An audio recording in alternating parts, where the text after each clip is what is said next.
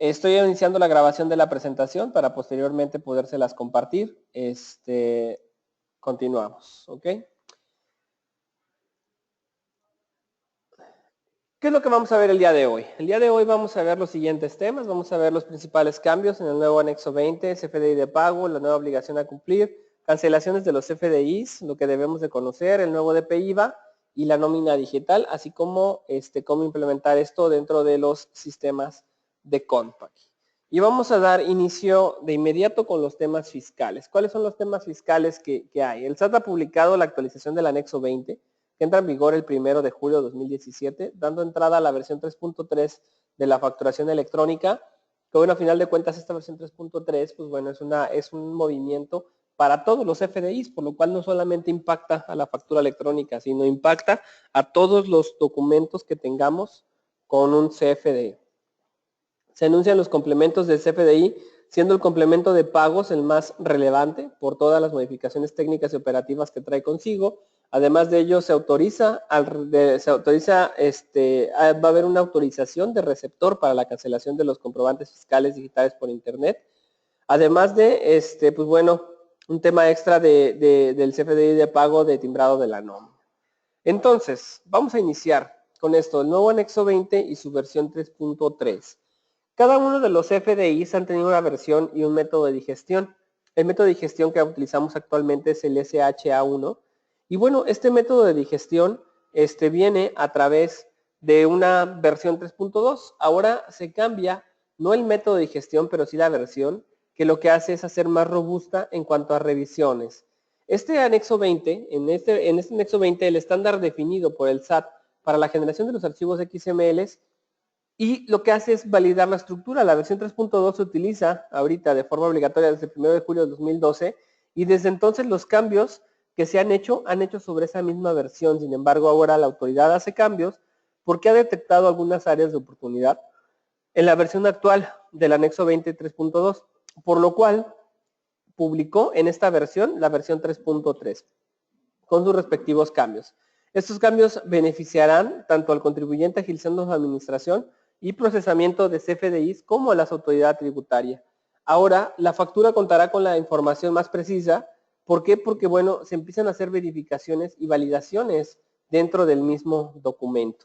Así es que, pues bueno, esto va a ser algo bastante interesante. Estos cambios, pues bueno, impactan a la nueva versión 3.3, impactan el nuevo documento de pagos, impactan el nuevo documento de nóminas y además el cambio del CFDI de las retenciones.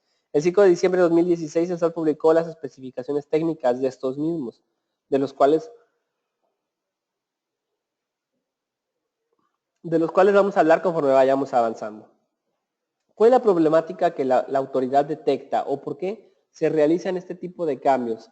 Bueno, la autoridad verifica o revisa que hay una poca eficiencia en el proceso de facturación, que hay una complejidad en la administrativa y la suma de los impuestos, que hay una complejidad para relacionar los pagos, para los comprobantes con valor a cero y negativos, el registro no estandarizado de campos con longitudes y caracteres sin límite, receptores inexistentes o complementos de comercio exterior pocos eficientes. Entonces, en base a eso, la autoridad lo que hace o realiza es hacer cambios referente a todos estos datos. Y en esta nueva versión, ¿cuáles son algunos de los ajustes?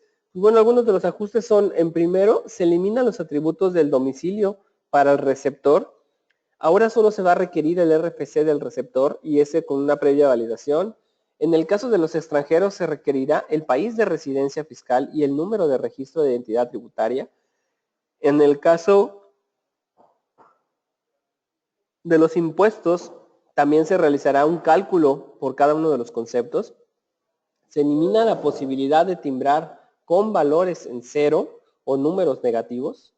Se incluye en varios catálogos, como los de moneda, régimen fiscal, etcétera, y dentro de ellos hay uno muy interesante que es el de catálogo de productos, que bueno, esto sí lleva mucha información extra, y la validación del RFC del receptor al momento de emitir el comprobante de facturación. Entonces, imagínense a partir de estos momentos que ahora cada factura va a tener una previa validación del RFC para poderse facturar. Esta nueva versión, el inicio de la obligación va a ser el 1 de enero de 2018 pero la facilidad de uso empieza a partir del 1 de julio de 2017. No descartamos que en algún momento las mismas necesidades de la administración por clientes y demás, pues bueno, nos lleven o te lleven a que tengas que cambiarte previamente a esta versión. Hay que recordar, como hemos estado viendo, que bueno, agarrar el último mes para poder hacer cambios, pues bueno, siempre es bastante complicado. La nueva versión, pues bueno, como datos adicionales, ahora son 14 campos requeridos para una factura electrónica simple, anteriormente eran menos. Se utilizan catálogos y plantillas para estandarizar la captura de información. Se incluyen 46 reglas de validación en la factura electrónica y además se utilizarán 17 catálogos, de los cuales el de productos y servicios es uno de los más complejos. Imagínense un catálogo de productos, ponerle a su catálogo de productos todos los dígitos fiscales, ¿no? Como lo hicimos en el catálogo de cuentas. Entonces, algo bastante interesante. Dentro de estos nuevos catálogos para CFDI, pues bueno, estábamos comentando algunos: forma de pago, método de pago, impuestos, régimen fiscal, moneda, país, aduana, número de pedimento, aduana, patente aduanal, tasa, cuota, tipo de comprobante, tipo de factor, tipo de relación, clave productos y servicios, clave unidad, código postal, uso del CFDI y demás, ¿no? Y estamos viendo el de clave de productos y servicios, que bueno, es el que llama más la atención. Ahora será un requisito obligatorio especificar el tipo de producto o servicio que se factura en el comprobante correspondiente. Y esto que estamos hablando, pues bueno, es un nodo requerido, por lo cual es obligatorio, en el cual es requerido y deben utilizar las claves del catálogo de productos y servicios cuando el concepto se registre por sus actividades correspondientes con dichos conceptos. Entonces, pues bueno, es obligatorio ponerlo. Y para darnos una idea, de cómo es este catálogo, pues bueno, aquí tenemos una muestra. El proceso de facturación se va a ver seriamente afectado, pues ahora se debe de categorizar cada partida dentro de una factura. Por ejemplo, si ven, los números son consecutivos: 600, 603, 500, 501, y va desde financiación de ayudas, ayuda no gubernamental, programas de refugiados, servicio de protección de derechos humanos, servicios de promoción de los derechos humanos, servicios de educación y divulgación de información sobre derechos humanos, servicios de asistencia de emergencia, servicios de campos de refugiados, servicios de asentamientos o repatriación de refugiados, servicios de asistencia a desplazados. Imagínense la cantidad de movimientos y documentos que hay. Imagínense una ferretería, cuántos productos tiene, agregarle cada uno un concepto de producto. Esperemos que al menos, pues bueno, hay algunas simplificaciones. Sin embargo, pues bueno, este catálogo ya está, ya lo pueden verificar y es bastante extenso. Entonces, pues bueno, sí llama mucho la atención. Hay nuevos campos en el anexo 20 3.3. Uno de ellos, pues bueno, los atributos, en atributos generales, uno es la confirmación, los CFDI relacionados, que vamos a hablar más adelante de los CFDI relacionados, como el complemento de pagos, tipo de relación, el UID, el emisor, régimen fiscal, el receptor, dentro del receptor, la residencia fiscal, números de registro de identidad tributaria, el uso de CFDIs. En el caso de conceptos, bueno, la clave de producto y servicio, la clave de unidad, la clave de descuentos. En conceptos de impuesto, traslados, pues bueno, poner el catálogo de base, impuesto, tipo de factor, tipo tasa o cuota, el importe. En concepto de impuestos y retenciones y retención, base de la retención, el impuesto, tipo factor, tasa, cuota, importe, que es lo mismo que en el concepto de impuestos, traslados y traslado. Concepto parte, clave de productos y servicios, y bueno, en impuestos, el tipo de factor. Entonces estamos hablando de un catálogo bastante extenso de información que pues bueno, no la podemos tomar a la ligera y dejarlo pues para el final. Nos puede pasar como lo de contabilidad, nos puede pasar lo de nómina, nos puede pasar este tipo de situaciones que bueno, se llegan a complicar. Esta nueva versión 3.3, pues bueno, lo que llega es a hacer modificaciones en la administración. ¿Por qué? Porque ahora las revisiones se hacen previas al timbrado inclusive. Esto es verificación previa a, que es algo que estamos viendo como el caso de nóminas. En nóminas, pues las revisiones son antes de los mismos timbrados.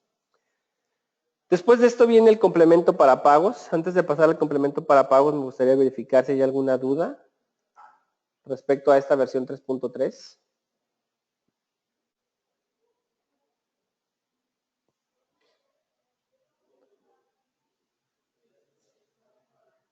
Bueno, parece que no hay dudas, no veo nada publicado en el chat. Continúo. Vamos a hablar ahora del complemento de CFDI por pagos realizados. En el CFDI por pagos realizados, pues bueno, llama mucho la atención la formalidad de generación de este complemento de CFDI de pagos. Ahora se tiene que generar cierta información adicional por ciertas características que llevemos dentro del mismo documento. ¿Cuál es el objetivo? El objetivo de la autoridad es simplificar el modelo de pago en parcialidades, facilitar la conciliación de las facturas contra los pagos también. ¿Qué es esto? Pues bueno, es un nuevo documento para comprobar uno o varios pagos realizados a una o más facturas y es opcional para operaciones con pagos en una sola exhibición. ¿Cuál es la problemática dentro de todo esto para la autoridad o por qué decide realizar toda esta información? Pues bueno, la autoridad comenta o dice que tiene una imposibilidad para saber si la factura ha sido pagada o no. Verificar las cancelaciones indebidas de facturas pagadas. Bueno, más bien dicho que ese es otro de los problemas, la cancelación indebida de facturas pagadas. La duplicidad de ingresos en facturación de parcialidades. Y algo muy interesante, la emisión de CFDIs en operaciones a crédito o pago diferido en las que el receptor no realiza el pago, pero sí las utiliza para deducir y acreditar los impuestos. Entonces, casi es que se tenga una administración todavía mucho más controlada. Este complemento para pagos realizados, ¿en qué operaciones va a aplicar? Va a aplicar en pagos en parcialidades, en pagos en una sola exhibición que no se ha cubierto en el momento de la expedición del CFDI y en operaciones a crédito pagadas en fechas posteriores a la emisión de los CFDs. Esto, pues bueno, tomarlo en cuenta conforme a los sustentos normativos, que es lo que vamos a ver. Los sustentos normativos están aquí marcados, pero bueno, vamos a ver uno por uno.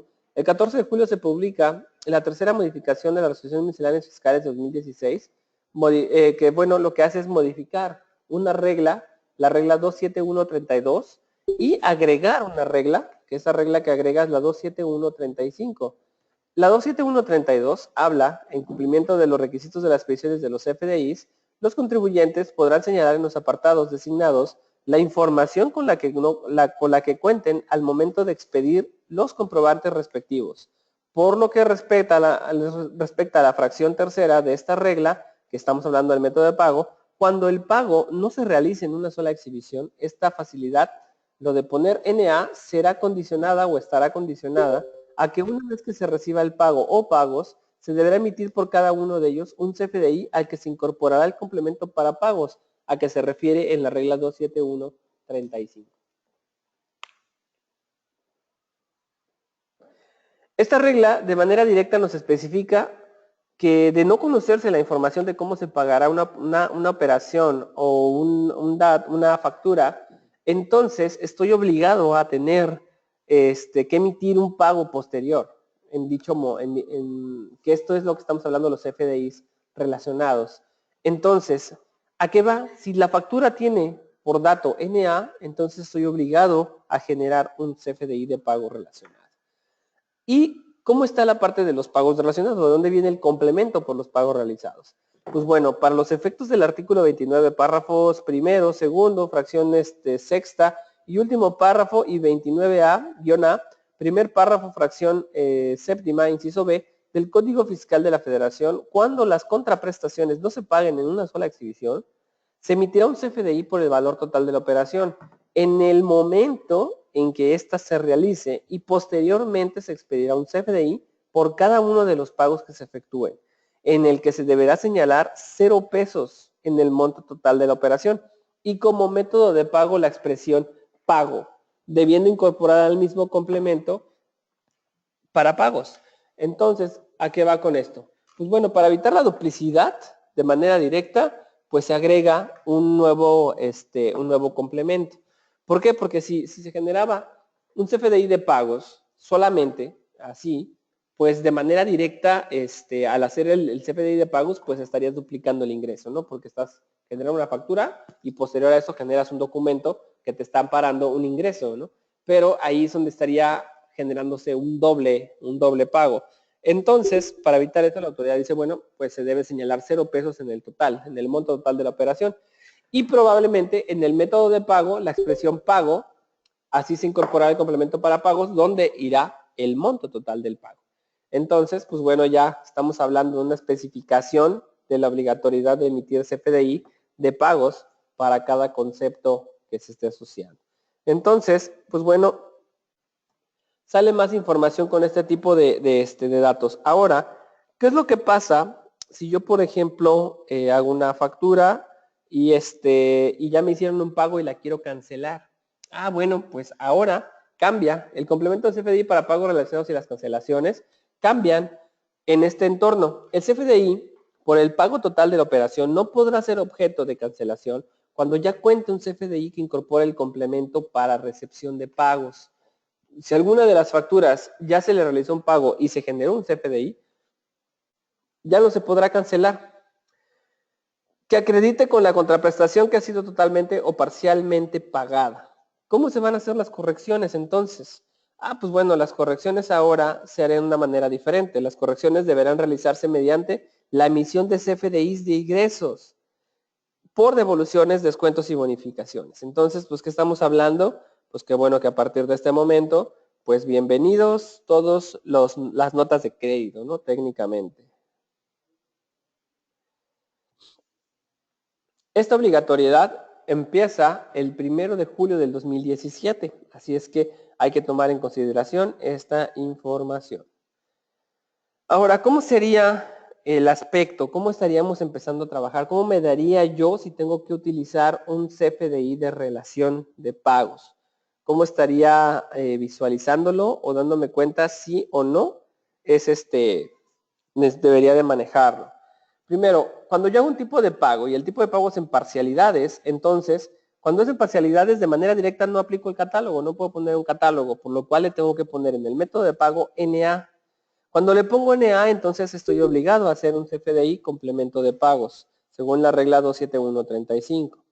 Cuando yo hago un movimiento o se genera una factura y en una sola exhibición, y esta se paga antes de facturar o al momento de facturar, aplico el catálogo. ¿Por qué? Porque en ese momento sí sé cómo me van a pagar.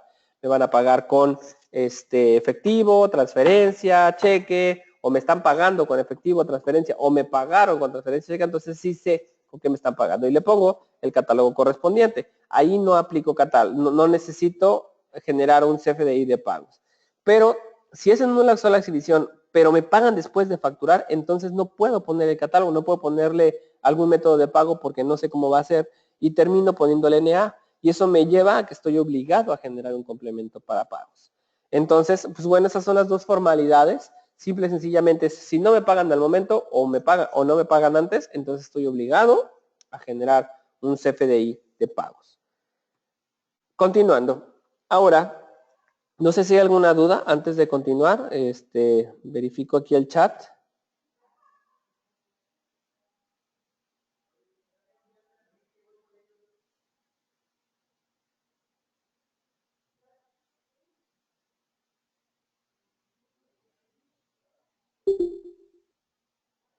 Ok, parece que no hay. Continuamos con la presentación. Con respecto a la parte de las cancelaciones, el tercer tema, las cancelaciones de los FDIs con aceptación del receptor. ¿Qué es lo que debemos de saber con respecto a todo esto? Pues bueno, el nuevo esquema de cancelaciones de CFDIs con aceptación del receptor, ahora las cancelaciones tienen que tener una previa autorización del receptor para poder ser canceladas. Que esto es algo que suena extraño, pero realmente es algo que es bastante bueno. ¿Por qué? Porque bueno, pues ya vamos a poder tener o saber previamente si se cancela una factura o si nos quieren cancelar una factura. De acuerdo a las modificaciones del artículo 29A del Código Fiscal de la Federación, incluidas en la miscelánea fiscal 2017, a partir del 1 de julio de 2017, las facturas electrónicas solo podrán ser canceladas cuando el receptor acepte dicha cancelación. Esta modificación al esquema tradicional de cancelación corresponde a que la autoridad a que la autoridad no está recibiendo denuncias por parte de contribuyentes por cancelaciones arbitrarias de sus CFDIs y por parte de sus respectivos proveedores. Así bien, con este cambio, pues bueno, lo que busca la autoridad es evitar primero que los emisores cancelen los CFDIs arbitrariamente. Y aquí a mucha gente le ha pasado que, pues bueno, de repente ya hizo su factura, la pagó, la contabilizó y luego se da cuenta pues que está cancelada, ¿no? Porque el emisor pues la canceló nada más porque no detectó algo, ¿no? Y otra es que los receptores cuenten con la tranquilidad de que serán notificados en caso de requerirse cancelar algún comprobante. ¿Cómo va a funcionar esta parte de la cancelación? Para esto, en la resolución miscelánea fiscal para 2017 publicada el pasado 23 de diciembre y su anexo 19, la Secretaría de Hacienda y Crédito Público destaca que cuando el emisor de un CFDI requiera cancelarlo, enviará al receptor del mismo una solicitud de cancelación a través de buzón tributario. Y eso significa, pues bueno, que ya tengo que revisar cada vez más mi buzón tributario. Y si no lo tenía, pues bueno, ya lo tengo que tener. Para ejercer este derecho o para poder verificar esta información tienes que tener buzón tributario. Es necesario y obligatorio. Ahora, ¿qué es lo que pasa? ¿Qué es lo que pasa cuando las cancelaciones, pues bueno, tardan cierto tiempo o me mandan y no me contestan? El receptor del comprobante fiscal deberá manifestar a través del mismo medio a más tardar dentro de las 72 horas siguientes, contadas a partir de la recepción de la solicitud de cancelación de CFDIs, la aceptación o negación de la cancelación del comprobante. Es decir, pues bueno, tiene hasta 72 horas. Yo hago una cancelación y solicito la cancelación a través del buzón tributario. Pues bueno, el receptor de la factura tiene 72 horas para contestarme. Si en esas 72 horas no me contesta, entonces será cancelado sin aceptación del receptor por parte de la autoridad. Si me contesta y me dice que no acepta, entonces no se podrá cancelar y se tendrá que negociar o se tendrá que generar una negociación ahí. Y si dice que sí, pues bueno, entonces se cancela el CFDI. ¿Sale? Esa sería la funcionalidad. Ahora, vi por ahí que tenían algunas dudas. Voy a entrar al chat. Me preguntan, si yo ya conozco que me van a pagar, ¿puedo poner el método de pago para evitar el nuevo CFDI? Realmente no se debería. No se debería. ¿Por qué? Porque si no te pagan en el momento, bueno, voy a comentar la implicación que podría generar. Te dicen, te voy a pagar con transferencia. Ponle transferencia. Tú agarras y le pones transferencia.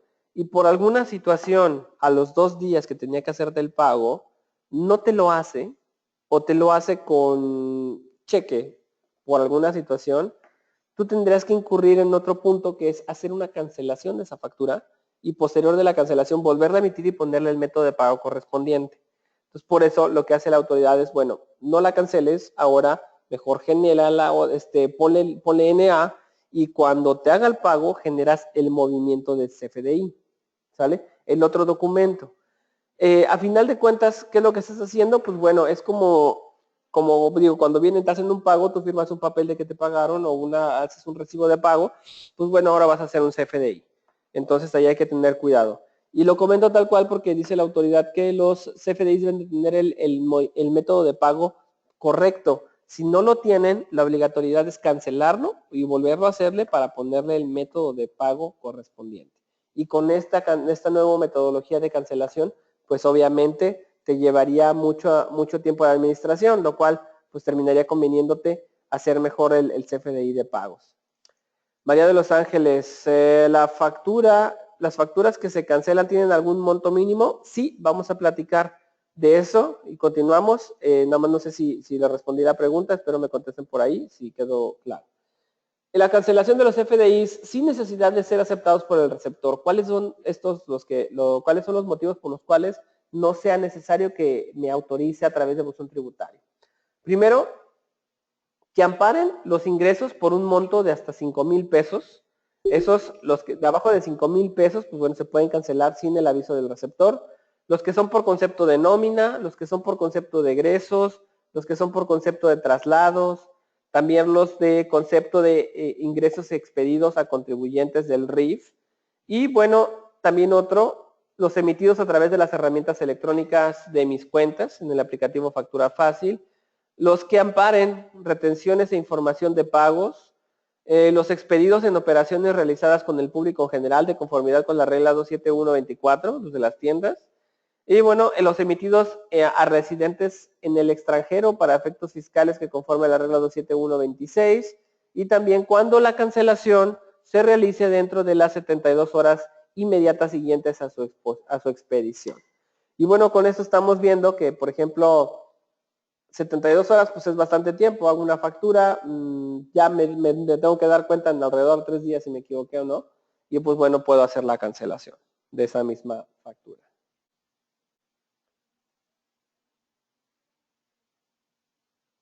Ok, bueno, esto era contestando la pregunta anterior.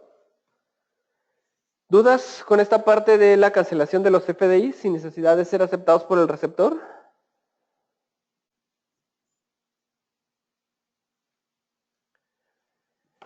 Bueno, parece que no hay dudas. Continuamos. La autoridad dio, dentro de todos estos cambios fiscales, dio una facilidad para poder intercambiar o cambiar el manejo del DIOT. En lugar de utilizar DIOT,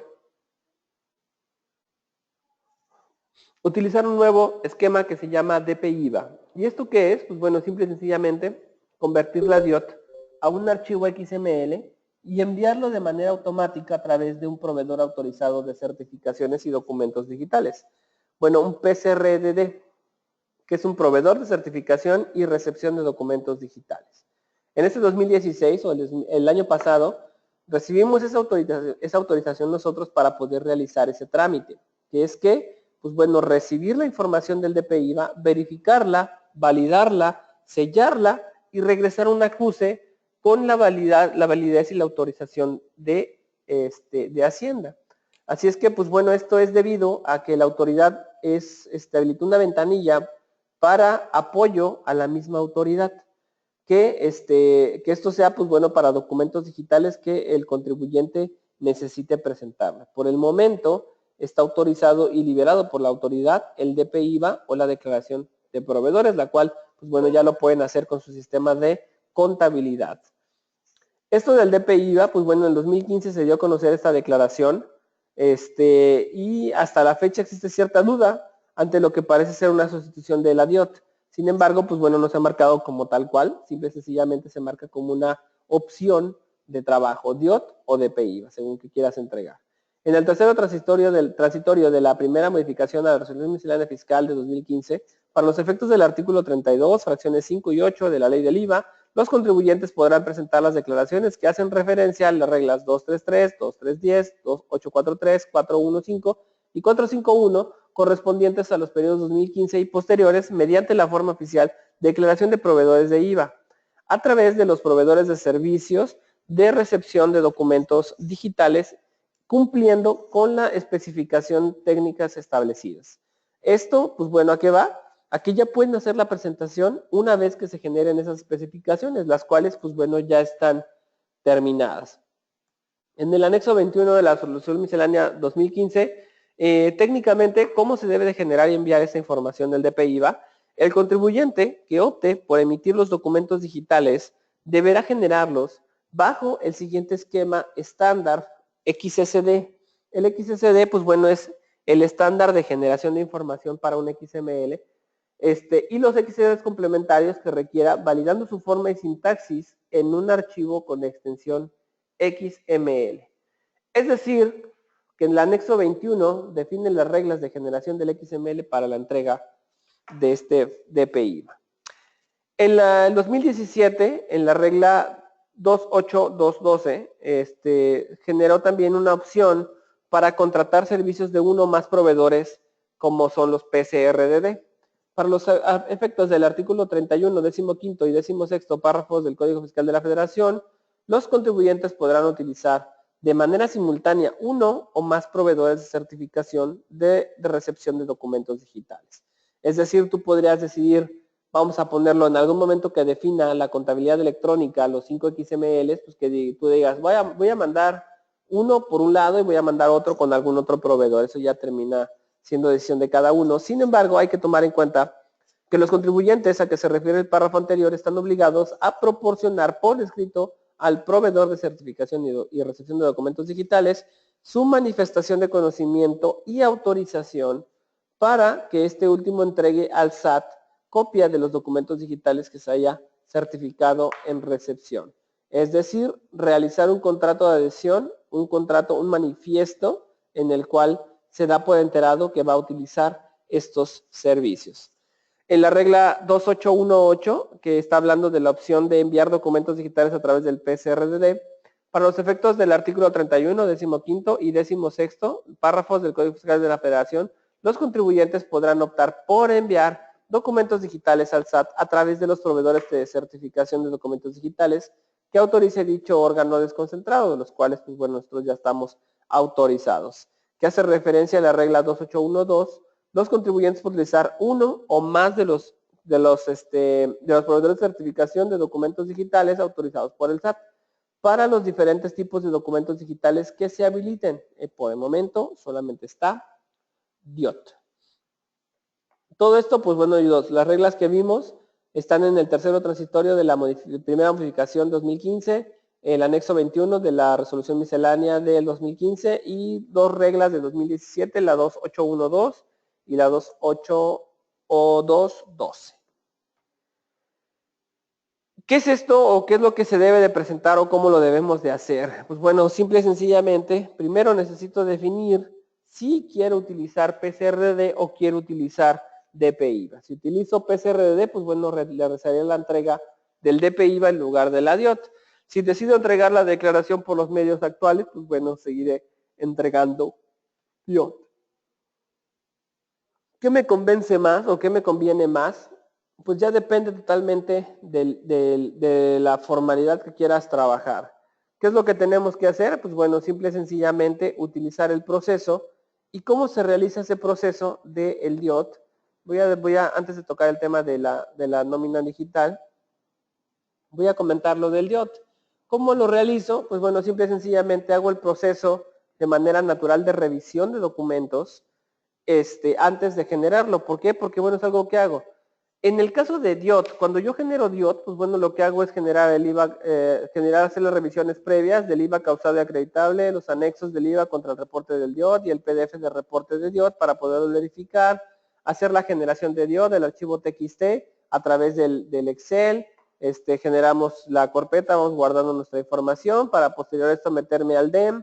Dentro del DEM, pues bueno, hacer la nueva declaración, importación del TXT, bueno, importo el TXT, hago la validación de la declaración, genero el PDF de la declaración y bueno, encripto la información para que se me genere el punto DEC.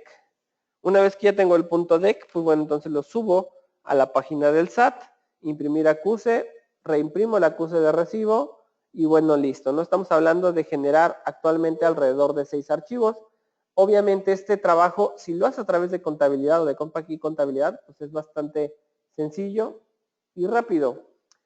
Sin embargo, si tú decides en algún momento utilizar DPIVA, ¿qué es lo que tienes que hacer? Simple y sencillamente entrar a DIOT, a la pestaña de DIOT y seleccionar XML DPIVA. De ahí pongo los mismos filtros normales o los filtros conocidos para poder generar este DPIVA, como son los datos de qué proveedor a qué proveedor, qué ejercicio, qué tipo de periodicidad, qué periodo, si es una declaración normal o es una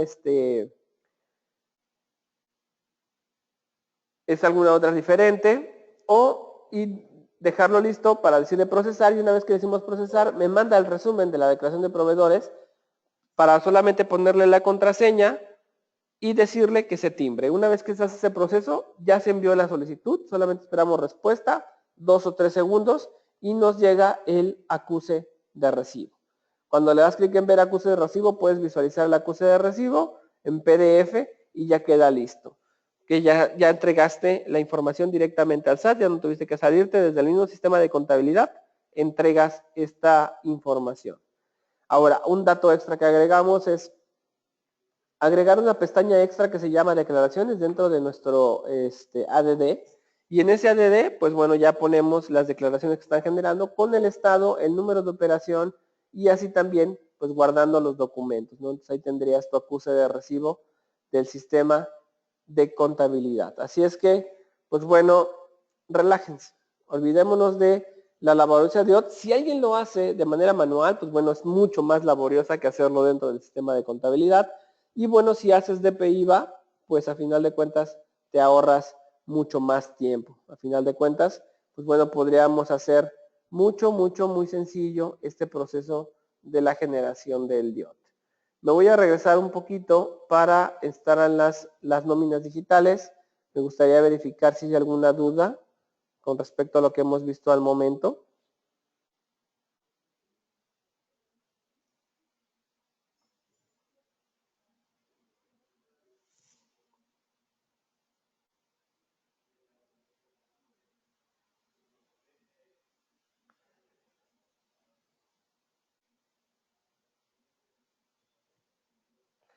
¿Sí me están escuchando todos?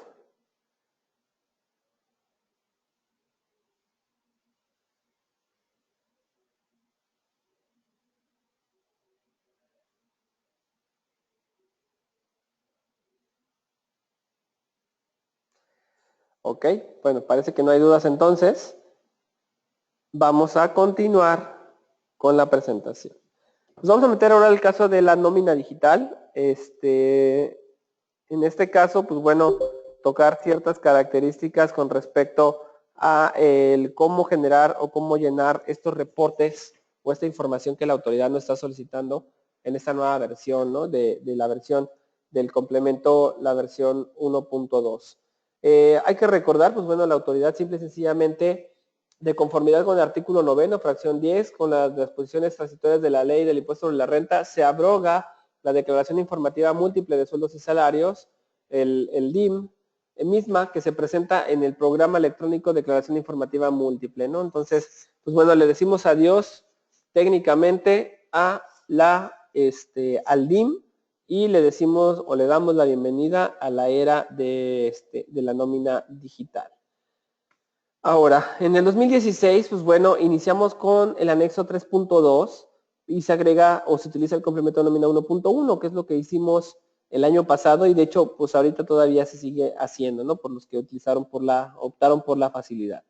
En el 2017, en el primer semestre, se utilizaría el comprobante del anexo 3.2 con el complemento de nómina 1.2, que pues bueno, ya empieza a agregar cierta información, como son nuevos elementos, indemnizaciones, subcontrataciones, entidades de gobierno, etc.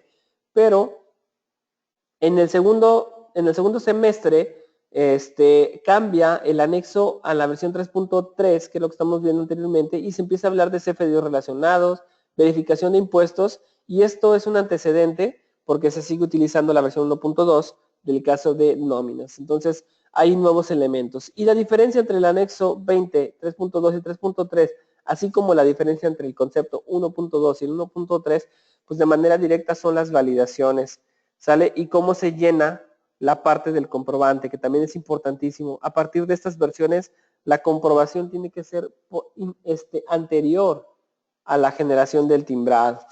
En el caso de la nómina se generó un complemento y este complemento pues impacta a diferentes campos. Estos campos, pues bueno, que ayuda o que más bien dicho que llevan a agregar mucho más información. ¿Qué es lo que busca la autoridad? ¿Cuáles son las razones de agregar un complemento 1.2? De manera directa, uno es el uso de números negativos. Dos, los campos opcionales, que no haya tantos. La necesidad de más detalle de información. Falta de catálogos en algunos campos. El metaobjetivo, que es eliminación de la declaración informativa múltiple de sueldos y salarios. Y algo muy interesante, que es la incongruencia de la información, que ahora todo debe de ser congruente o debe de verificarse o checar contra lo que estamos agregando, que yo creo que ese es el punto donde nos generará un poquito de más distracción o tiempo en cuanto a la generación de información. La autoridad generó una facilidad de timbrado y hay que recordar que este timbrado termina el 31, esta facilidad termina el 31 de marzo del 2017. Todos ahorita, o la mayoría, el 90 y tantos %, está haciendo sus nóminas con la versión 1.2. Hay que recordar que esta facilidad te dice o te te lleva, te comenta o agrega que, bueno, se está dando la facilidad de seguir timbrando con la versión 1.1, pero con la condicionante de que a partir de del mes de abril o el 1 de abril ya tengan que estar todas las nóminas timbradas con el complemento 1.2. ¿Y qué es lo que dice la autoridad? Pues bueno, simple y sencillamente se habla de un retimbrado.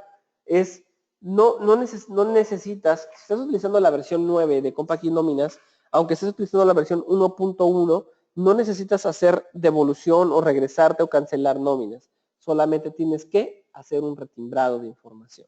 Pero obviamente, ¿qué es lo que tenemos que hacer? Tenemos que llenar toda la información previa para que quede todo esto listo.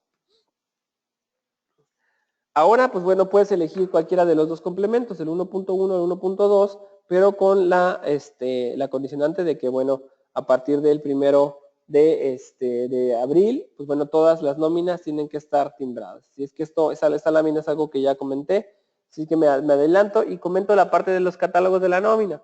Se agrega un tipo de nómina y dentro de ese tipo de nómina, pues estamos hablando de que agreguen si es una nómina normal o es una nómina extraordinaria. El origen de recurso, qué porcentaje de cada uno de tus conceptos viene, si en el caso de que seas una empresa gubernamental, pues bueno, cuánto viene de recursos de la federación y cuántos son propios, tipos de contrato, cuáles contratos tienes, si ya tienes un contrato asignado, tipo de jornada, diurna, nocturna, matutina, el tipo de régimen, ese se modificó. Esos 4 que dije anterior son nuevos, el tipo de régimen se modifica, riesgo de puesto se queda igual, periodicidad de pago es un nuevo catálogo, el banco se queda igual, el tipo de percepción se modifica, tipo de horas extras, triples, dobles, sencillas, este es un catálogo nuevo, tipo de deducciones, hay modificaciones, tipo de otro pago, eso es nuevo para agregar los conceptos, como por ejemplo, compensaciones de ISR y demás. Dentro de eso, pues puedes agregar otros cuantos más. El tipo de incapacidad queda igual, régimen fiscal, qué régimen de empresa es, y el estado también. Son nuevos datos, ¿no? Y por ejemplo, estaba comentando, son 9 catálogos nuevos, son 3 modificaciones, 3 quedan igual, son 77 campos que se solicitan, de los cuales son 37 nuevos. Y aquí está un ejemplo del catálogo, por ejemplo, el tipo de jornada, pues bueno, ¿qué tipo de jornada es? Diurna, nocturna, mixta, por hora, reducida, continuada, partida por turnos, etc. Así es que, pues bueno, aquí les comento los campos del complemento de nóminas, los 37 campos adicionales que estábamos viendo, los datos de nómina, datos del emisor, datos receptor, datos de deducciones y datos de otro tipo de pagos, son los completamente nuevos, así como los datos de percepción. Entonces estamos hablando ante una cantidad bastante grande de información y así es como quedaría o como se genera o como se vería nuestro nuevo XML de nóminas con la versión 3.2. Ahora, ¿cómo queda el cronograma de obligaciones? En enero, ¿qué es lo que pasa? Pues tenemos primero o de manera inicial el complemento de nóminas la versión 1.2. A partir de abril tenemos que retimbrar con la 1.2. En julio inicia el anexo 20, la versión 3.3 de manera opcional. En julio se agrega como obligatorio el complemento para pagos.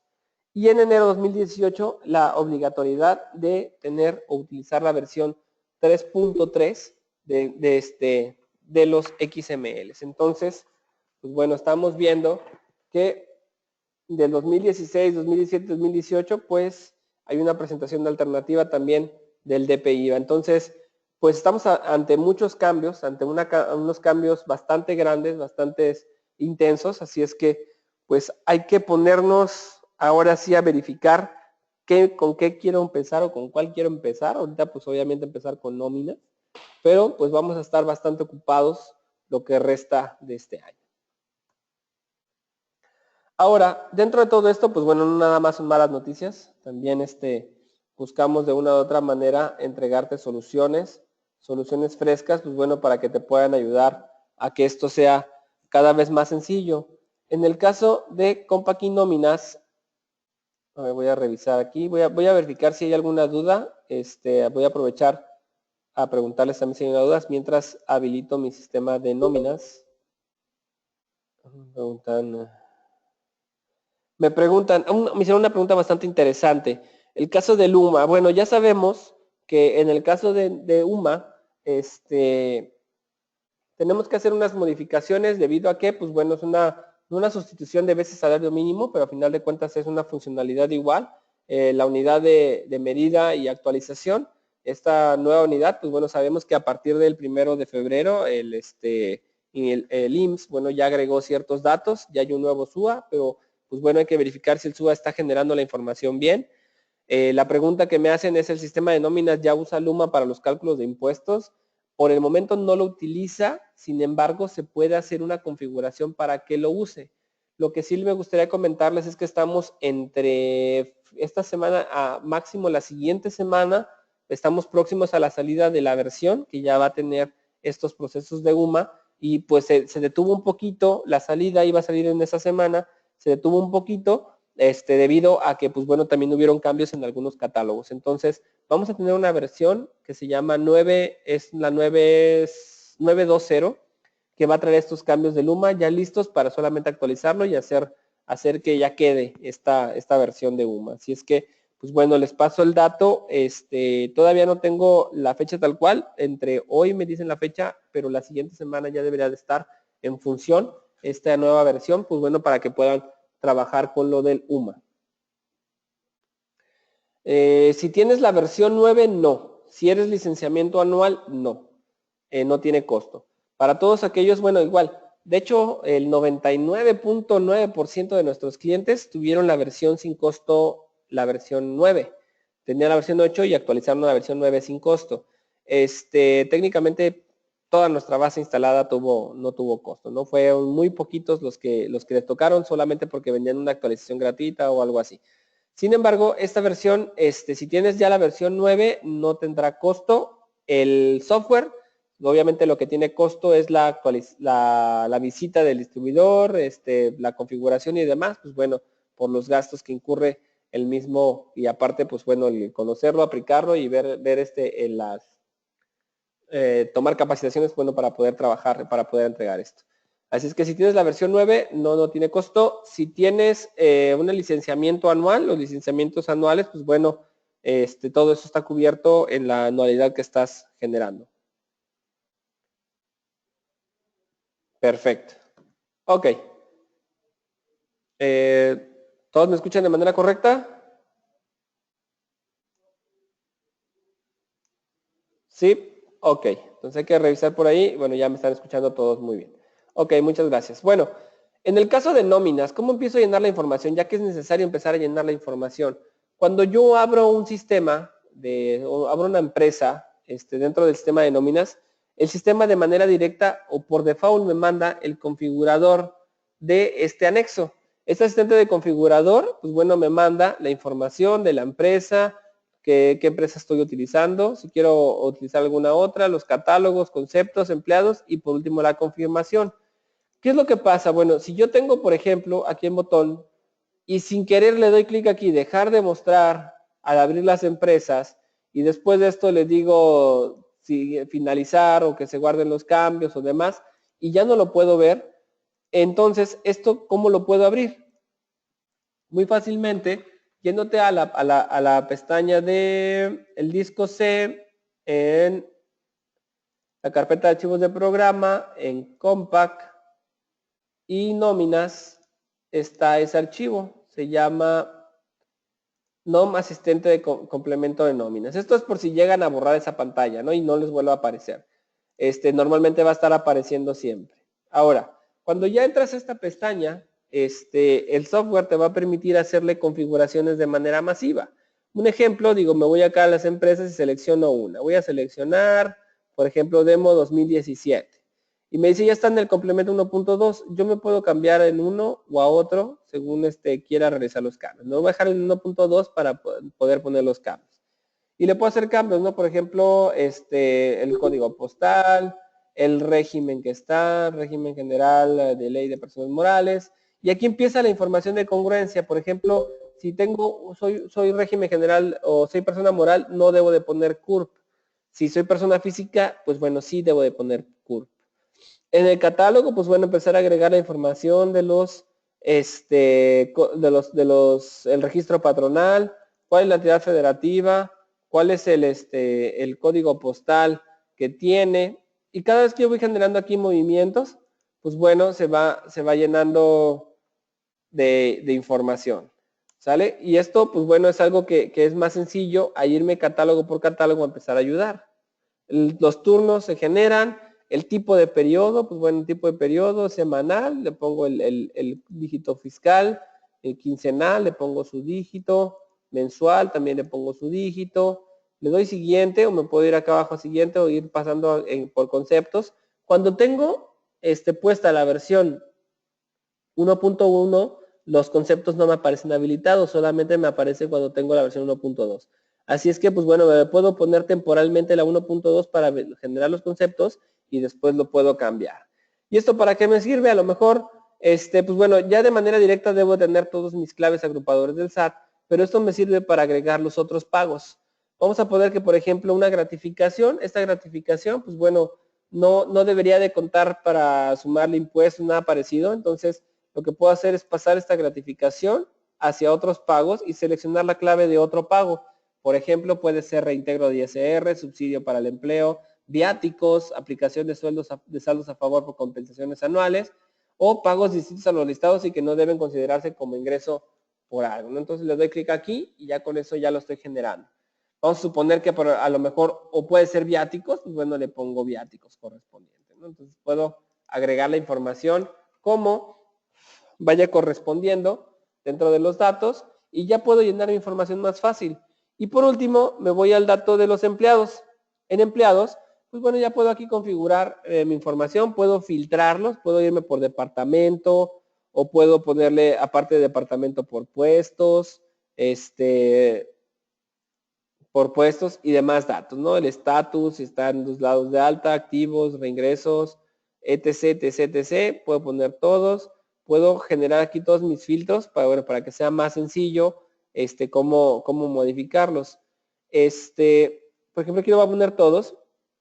Y aquí puedo hacer asignaciones masivas. Por ejemplo, imaginemos que el método de pago no es efectivo y el método de pago es por transferencia, ¿no? Y el banco por el cual le pago, pues es por Banamex. Ah, pues bueno, para no agregarle de a uno por uno Banamex, lo que puedo hacer es irme a la asignación masiva, le digo el banco, selecciono el banco y le digo aplicar y con eso me va a aplicar todos los campos. La clave interbancaria la tengo que agregar de manera manual debido a que, pues bueno, estos no son consecutivos, ahí sí es más difícil. El tipo de régimen, pues bueno, ya lo tengo listo, pero el tipo de régimen que caiga contra el tipo de contrato, hay que recordar esta información. Cuando doy de alta a un empleado, pues bueno, estos son datos que ya me solicita de manera automática, ¿no? No los puedo agregar sino. Pero a lo mejor la entidad federativa, pues bueno, a lo mejor no la tengo y a lo mejor me doy cuenta que todos son de Baja California, ¿no? Entonces puedo cambiar aquí y decirle entidad federativa, todos son de Baja California, y le digo aplicar y ya me pone las entidades federativas. Y así puedo continuar agregando información. Una vez que termino, pues bueno, le puedo decir siguiente y ya después me dice, ok, ¿quieres finalizar? Le digo sí, voy a finalizar. ¿Quieres guardar la información? Le digo que sí y queda listo, ¿no? Ya está guardada la información para este proceso. Y así puedo llenar mi nómina previa a la generación de información antes de enviarla. Hay que recordar que pues anteriormente, cuando yo hacía mi nómina, primero hacía mi nómina, la terminaba, después de eso la autorizaba y una vez que la autorizaba, pues bueno, hacía el timbrado, ¿no? Ahora es el mismo concepto, sin embargo, hay que tomar en cuenta que antes de hacer la autorización se va a hacer la revisión previa de todos los datos y que estén correctos. Si algún dato no está incorrecto, bueno, entonces el sistema o el timbrado no me deja terminarlo, ¿no? Me dice, ¿sabes qué? No se puede timbrar. Entonces, antes de hacer este proceso de autorización de la nómina, al momento de hacer la autorización de la nómina, el sistema me va a pedir información. Me va a decir, oye, ¿sabes qué? Te hace falta tal dato, te hace falta tal dato, te hace falta tal dato, y si no lo tienes, pues bueno, no te permite realizar el proceso, ¿sale? Del timbrado. Ahorita no lo puedo timbrar porque, bueno, pues es información real. Entonces, no, bueno, no es información real, sino es, necesito unos certificados reales para poder hacer timbrados, ¿no? Entonces, pero sí me va a pedir información extra, o me va a decir, ¿sabes qué? Te hace falta esto, te hace falta el otro. Digo, un ejemplo, en el caso de los empleados, pues bueno, el tipo de contrato tiene que ser congruente, por ejemplo, con el base de sueldo o el tipo de régimen de sueldo. Si quiero agregarle contrataciones, subcontrataciones o que sea outsourcing, aquí está el botón de contratantes y agregarle el movimiento que corresponde a cada uno, por ejemplo, el RFC y el tiempo que estoy en algún lugar y el tiempo que estoy en otro lugar de la contratación. A lo mejor estoy del 100% en un lugar, pues bueno, le pongo 0% en el lugar donde me contratan y el 100% en el otro lugar donde estoy. Y esto es la actualización de nodos, esto es agregar la información de nodos. En el IMSS Infonavit, importante verificar el RFC, el sistema dándole clic F10, el sistema te genera el RFC. Sin embargo, si no está dado de alta en el SAT, hay una probabilidad de que sea incorrecto.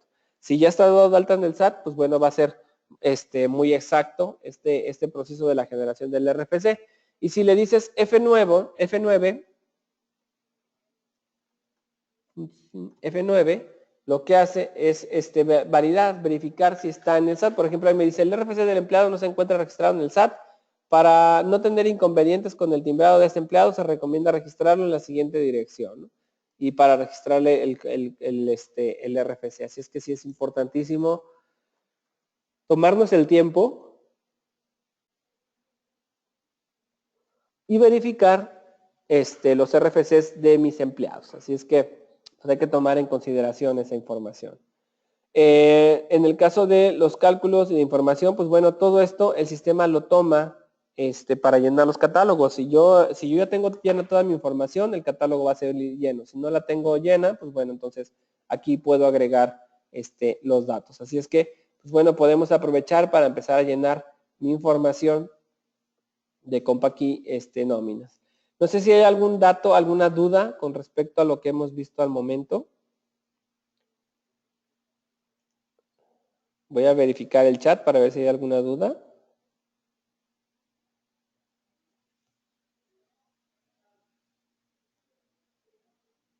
Me pregunta, ¿cómo se vuelve a timbrar las nóminas que se timbraron con la versión anterior, que no se duplicará la nómina al retimbrarse?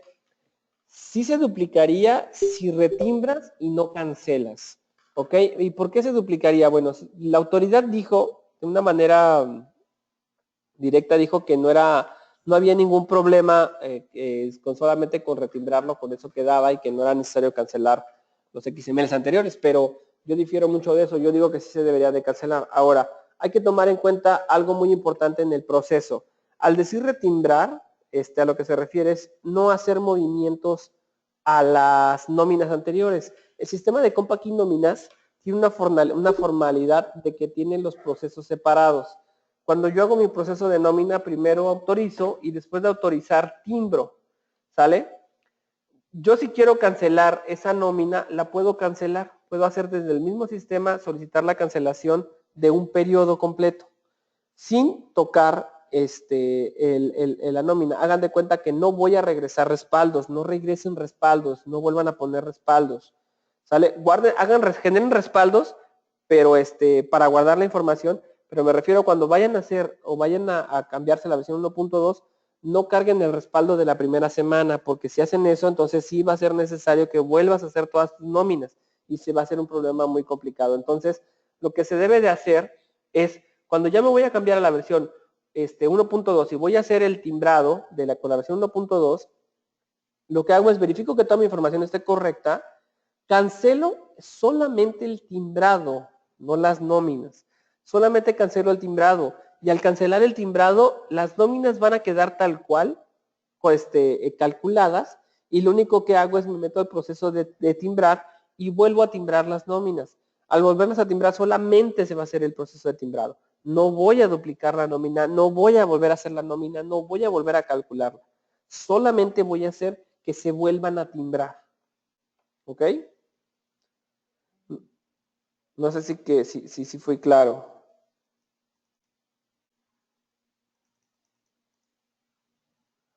¿Hay manera de ver un reporte de nóminas que se timbraron con la versión anterior? Bueno, sí, no es tanto que hay una manera de ver un reporte, porque no hay un reporte tal cual, pero, pues bueno, por ejemplo, si yo ya estoy en el tercer periodo de la quincenal y no he cambiado a la versión 1.2, entonces todo está timbrado en la versión 1.1, ¿sale? Entonces, ¿qué es lo que haces? Solamente cancelas y vuelves a timbrar.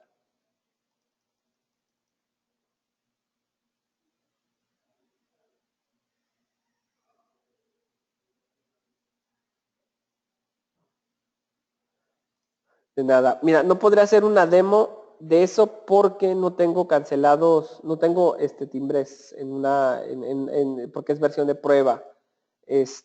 Pero cuando tú haces este proceso, cuando tú haces la parte de las nóminas, aquí en los procesos está emisión de recibos electrónicos y aquí está la cancelación de recibos electrónicos.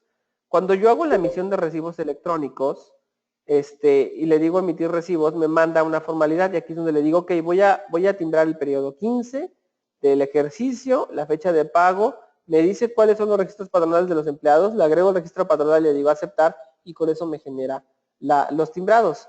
Cuando yo hago ese proceso, solamente toca el periodo que estoy trabajando, ¿sale? Solamente el periodo que estoy trabajando me va a hacer el timbrado del periodo número 15, vamos a ponerlo. Imagínense que ese sería el número 3, ¿sale? Le digo 3 y voy a timbrar, por ejemplo, los de la versión número 3, los del timbre número 3, ¿ok? Si después de eso, cuando voy a hacer el retimbrado, lo que hago es me voy a cancelación de recibos electrónicos y aquí en cancelación de recibos electrónicos, pues bueno, le digo qué ejercicio, qué registro patronal voy a cancelar, de qué ejercicio y qué periodo, ¿sale? Voy a cancelar el periodo número 1, por ejemplo. Le digo de qué departamento a qué departamento, de qué empleado a qué empleado, y le digo continuar. Y aquí lo que hace es, me va a aparecer en esta pantalla, en este registro, me van a aparecer todos los UIDs o todos los sobrerecibos de ese periodo. Y solamente lo que voy a hacer es decirle cancelar recibidos. Y al decirle cancelar, este proceso los va a mandar hacia la autoridad. Va a mandar el solicitud de la cancelación. Y aquí le puedo decir exportar para saber cuáles son los que estoy cancelando. ¿Sale? ¿Y qué es lo que voy a hacer? Pues bueno, así me voy periodo por periodo para poderlos cancelar y después hacerlo. Entonces, ahorita, ¿cómo sería? Primero, me voy a este proceso, agarro periodo 1, le digo cancelar sobre recibos, le digo cerrar, y una vez que ya los cancelé, entonces ahora me voy a la emisión de recibos electrónicos, selecciono el periodo, que sería el 1, y le digo aceptar o timbrar esos sobre recibos. ¿Sale? Entonces sería el proceso de llevar la información. ¿Qué es lo que hago? Lo vuelvo a repetir. Ya tengo toda mi información completa, ya llené todos mis datos, me voy a procesos, cancelación de sobrerecibos, selecciono el registro patronal que voy a cancelar, le digo el ejercicio y el periodo, 1, 2017, le digo de qué departamento a qué departamento y de qué empleado a qué empleado, le digo continuar, selecciono los que voy a cancelar, técnicamente serían todos, y le digo cancelar sobrerecibos. Con eso me cancela solamente los sobrerecibos, no me elimina las nóminas, solamente cancela los timbrados. Las nóminas quedan tal cual, además de que no puedo regresar y hacerle cambios, ¿sale? Entonces quedan tal cual y ya cuando voy a hacer ahora con la versión 1.2, lo que hago es, bueno, primero me tengo que cambiar a la versión 1.2. ¿Cómo me cambio? Pues bueno, dentro del catálogo le digo en recibo electrónica, le digo que voy a estar en la versión 1.2. Obviamente ya tengo que tener lleno todos los datos. Y posterior a eso, pues bueno, ahora sí ya me voy, emisión de sobre recibos, y le digo emitir recibos y agrego toda la información. Le pongo el periodo 1, el ejercicio, y le digo las contraseñas del registro patronal, le digo aceptar, y ya con eso, pues bueno, me va a hacer ahora el timbrado con la versión 1.2. ¿Ok? Ese sería el proceso de cancelación. No lo puedo hacer así tal cual porque obviamente incluyen cancelaciones y eso y necesito tendría que hacerlo con datos reales y pues no podría hacerlo, no tenemos permitido hacerlo con datos reales. Pero así sería el proceso que estaríamos llevando en cuanto a estos datos. No sé si quedó la duda. resuelta.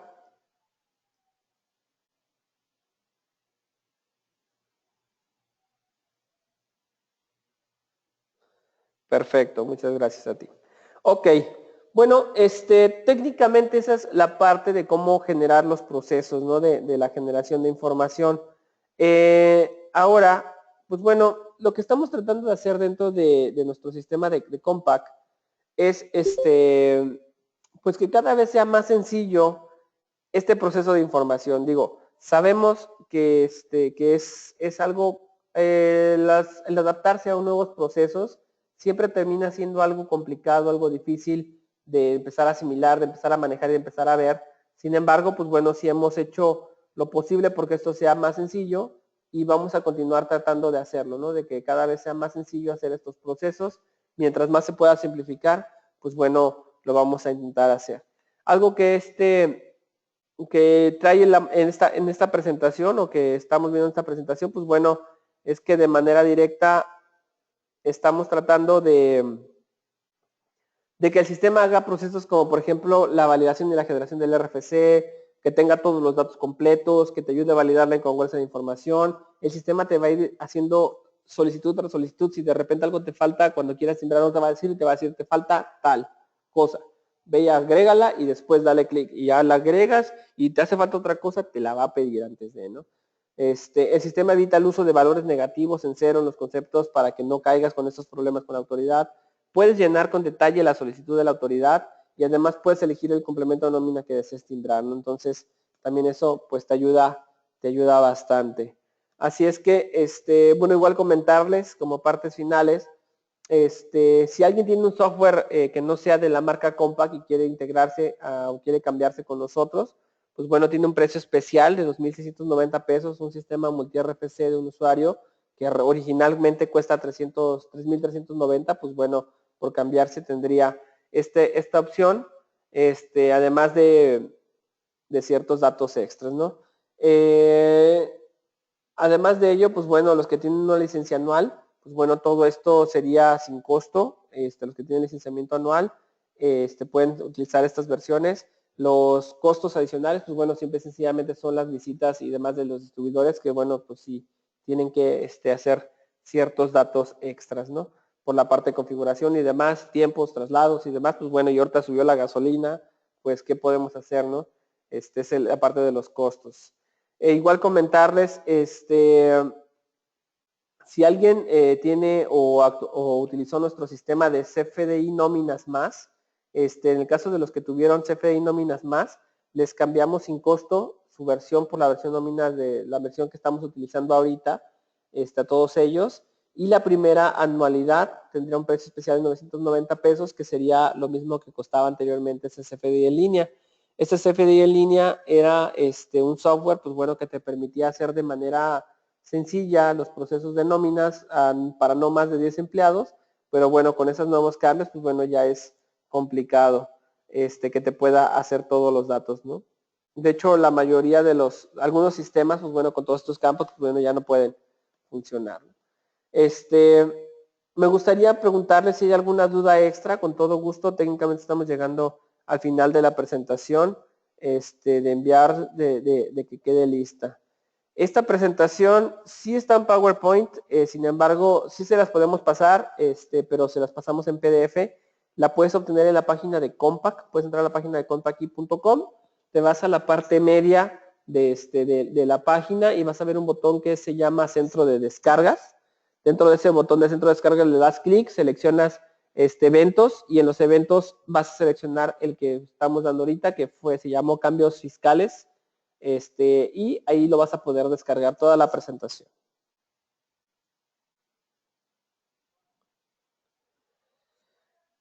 No sé si tengan alguna duda. Voy a detener el tiempo de grabación antes de continuar.